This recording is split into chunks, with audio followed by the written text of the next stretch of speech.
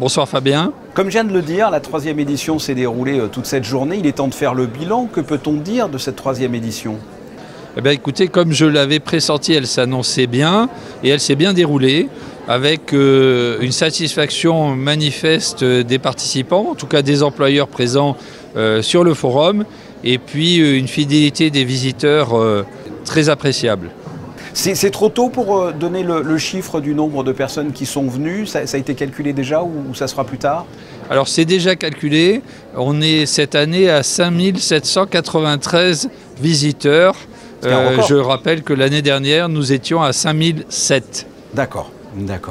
C'est donc la troisième édition en à peine un an et demi. On le sait, Monaco est un bassin très important pour les Alpes-Maritimes en ce qui concerne l'emploi. À quel point Monaco a besoin de nouvelles recrues, de nouveaux employés ? Alors je crois que les chiffres le démontrent.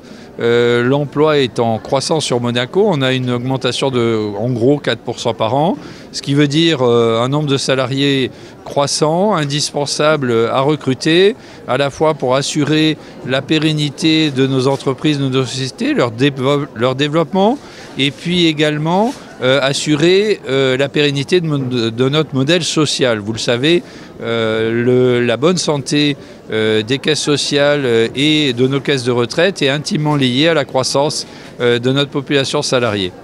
Et dans quel secteur d'activité vous recherchez, Monaco a besoin particulièrement ? Alors en fait, tous les secteurs sont en recherche. Il y en a qui sont plus en recherche que d'autres.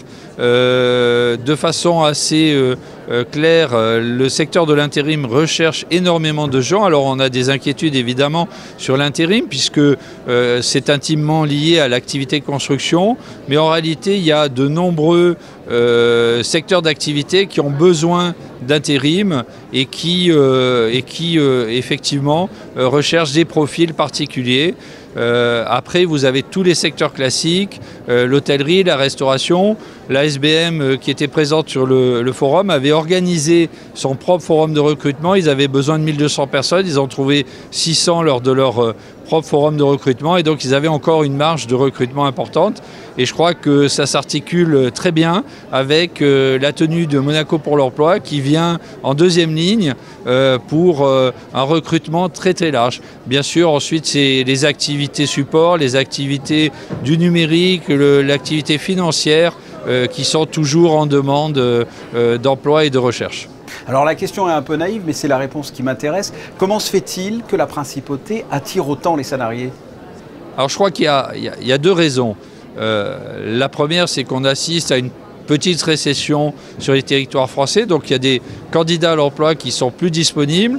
Monaco continue de croître, offre une qualité de travail, une qualité de couverture sociale, une qualité d'allocation qui est appréciée et reconnue.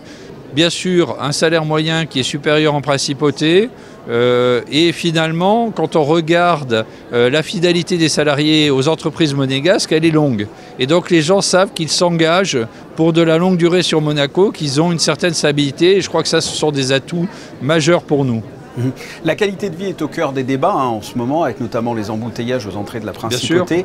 Est-ce que dans ce forum de l'emploi, on privilégie le télétravail pour éviter un engorgement encore plus important de travailleurs qui rentrent à Monaco ?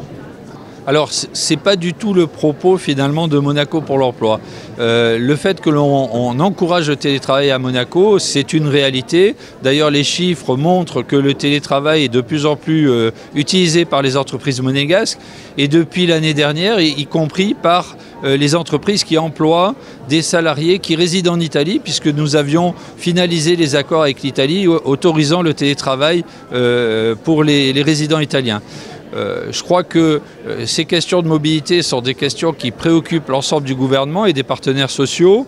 Les outils numériques qui ont été présentés à l'occasion de Monaco pour l'emploi dans le cadre de Your Monaco favorisent aussi la mobilité et le covoiturage. Donc ce sont des outils que le gouvernement a développés au service des salariés de la principauté et de façon plus générale de tous les visiteurs en principauté. Je crois que toutes ces démarches mises bout à bout vont petit à petit améliorer cette question de la mobilité.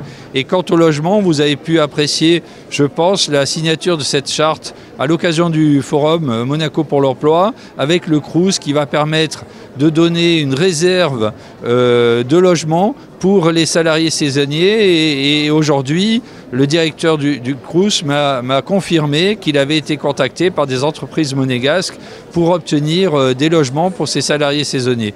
Alors plus de 5000 personnes donc, sont venues et ne sont peut-être pas reparties tous avec pratiquement 5800 personnes. 5800, près de 6000.